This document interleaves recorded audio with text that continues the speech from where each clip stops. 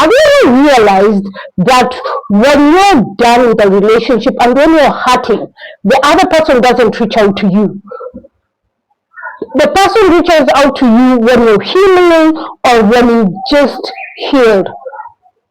And relationships can be weird and they can be interesting and they can be fun and they, you can get a person who loves you and you feel that love. But there are some relationships that don't always end up well. So I recently experienced that, and it has taken me a while to talk about it because I didn't see the need of talking about it. But I realized some people are in that state, and probably they would need to hear somebody else has gone through it. So my journey, and from where I've come from, I've really gone through a lot, and I wasn't perfect. I wasn't, the person who was doing the right thing in the relationship. I'm sure the other person saw me as something else. But one thing I'm sure, I tried my level best and I contributed into that relationship and tried to make that relationship better than how we started. So this other person calls me, and the first thing that comes out of your mouth is, first of all, I thought it was, we are going to have either a mature conversation or we are going to talk about the children. But this person calls me and starts telling me, you're the one who broke up the family, please date other people so that you can see how good I am. And mark you, this is a person who was not contributing to the relationship. Physically, emotionally, the person was never there with us. They were doing their own personal things that actually did not involve us. And that's where I was wondering, when you tell me if I should date other people and compare them to you, I might get a better person, because when you're moving from one relationship, you learn a lot and you set boundaries. So when you're moving to the next, you will not take things that were not there, or you might make the mistake again, but you learn as you go along. So that was really, anyway, that was that. So the person told me, I love you and I want to date other people, and that's the reason why I'm telling you that. So for me, my turning point was the way I responded. Like previously, I would have blown up, tried to defend myself, but I was laughing at some of the things that he was saying, and he was finding it very insulting for me to laugh, but I was finding it funny anyway. And I didn't try to defend myself as, I was even very nice, and I told the person, I understand that was your pain, you try and show them that you understand that pain, and that infuriated them. And for me, healing means that his words no longer control me and how I react.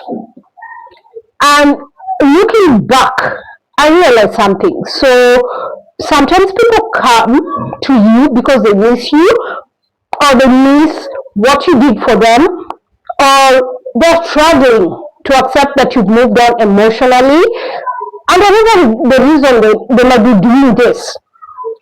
Please ask yourself a question. Try. I'm just trying to put myself in that situation once again. For me, it was the peace right now that I'm getting and the chaos that I was in. What did I choose? And choose what fits you. For me, it's the peace that I'm experiencing right now, that I'm able to do my things. I'm able to focus on some things. Because when you're in a chaotic situation, and this is for real, one, everything that you touch, you don't do it 100% as you'd have wanted to do it. And for me, it was also spending days in bed, don't feeling like moving out because you feel like, you're not doing the right thing, or the other person is not helping you.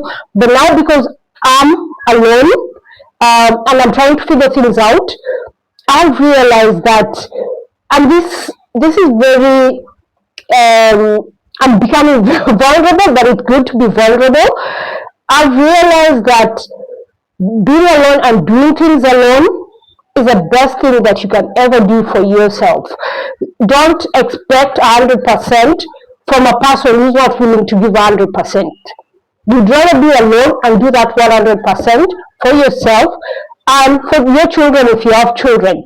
And if somebody reaches out to you months later, ask yourself this: is the person willing to take responsibility, or from their words,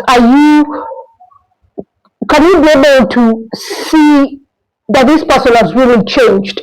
Are they respecting your boundaries? Are they bringing peace to you? And bringing peace is not, like my situation where somebody tells you, you're the one who broke up the family. Like, that shouldn't be the case, Or are they trying to reopen wounds?